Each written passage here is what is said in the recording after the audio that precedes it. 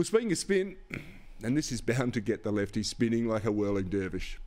What do you do if saving the planet means using products made by slaves?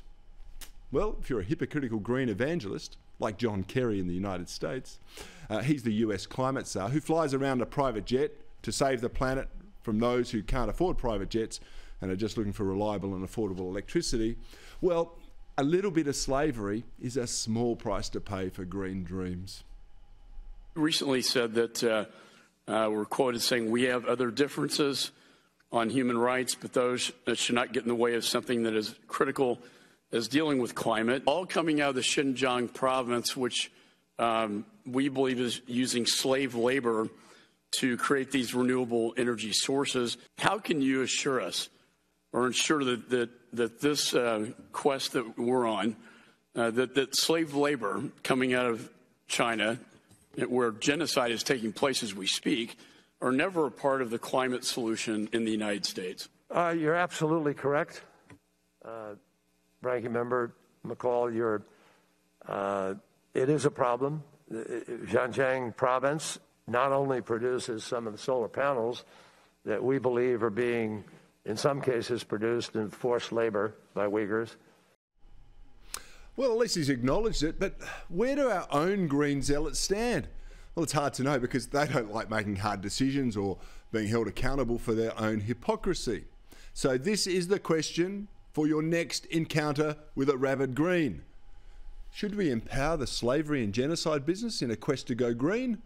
Or do we tell China where to stick its solar panels they make, by the way, using coal-fired electricity and forced labour? Well, there are some things that are too important to compromise on, so I'm suggesting we ban the import of solar panels made in China. Not only would it save our electricity grid and reduce the toxic solar waste they become at the end of their useful life, we'd actually be taking a stand for decency and to end slavery and forced labour to boot. Now, speaking of labour, it's quite the thing now to assemble your own furniture. Most of it, of course, is flat packed from stores like IKEA. You see, they pioneered the outsourcing of the assembly of furniture to the consumer, and they also pioneered the popularity of Swedish meatballs. But what about the homeware giant's latest idea to roll out new parking sign and staff badges? You see, IKEA's new family-friendly car park signs and gender-neutral bathrooms, of course, and the use of pronouns are all on the agenda for the furniture giant. But these aren't any old signs, I've got to tell you. These are special, hip, PC, woke inclusivity measures, in case you feel somewhat awkward with where you usually park your car. See, no longer is it good enough to have a family-friendly car park for people with pushers. No, no, no, no, no, no. There are now 3 different varieties of the IKEA car park. The family gender, mixed. And then we have the family with pram, gender women, and the family with pram, gender man. Now, frankly, I don't know why they stopped there, because Facebook tells me, and it must be true then, Facebook tells me there are 58 different gender possibilities, including trans male and trans male with an asterisk. That's right, the asterisk is part of the gender pronoun. Now, no one has been able to explain exactly what it means, but I guess if you're one of them, you'll probably know. And that's what's really important. Anyway, 58 different gender possibilities leads to 1,653 possible 2-person family permutations for the IKEA car park. The rest of us will just have to park even further away from the entrance next time. Anyway, not content though with marginalising the heteronormative, IKEA and also encouraging staff to adopt pronouns on their social media and work emails. You know, those pesky things like he, she, him, her, and so on. Well, I guess it's helpful if you get an email from someone named Sandy and you don't know if it's a man or a woman, right? It points you in the right direction.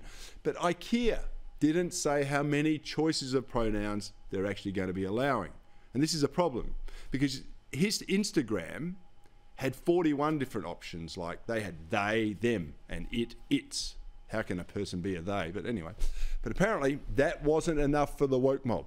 So, unless IKEA allow terms like odd bod or strange fellow, or maybe even cat, with or without an asterisk, I'm not fussed, I fear they could become a target of cancel culture. But here's a better idea for IKEA. This way, they can endear themselves to all Australians. Instead of appealing to the baying mob of wokesters, IKEA, why don't you just start paying some tax in this country?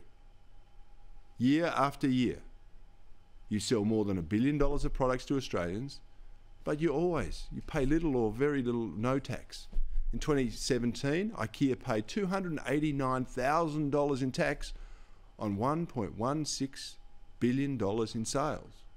In 2018, it posted a loss of $12.7 million, and then it lost another $12 million in 2019. Now, according to IKEA's accounts, these losses are mostly because of franchise fees, royalties, and other unexplained expenses amounting to hundreds of millions of dollars. It suggested most of these unexplained payments are sent offshore to more tax-friendly jurisdictions.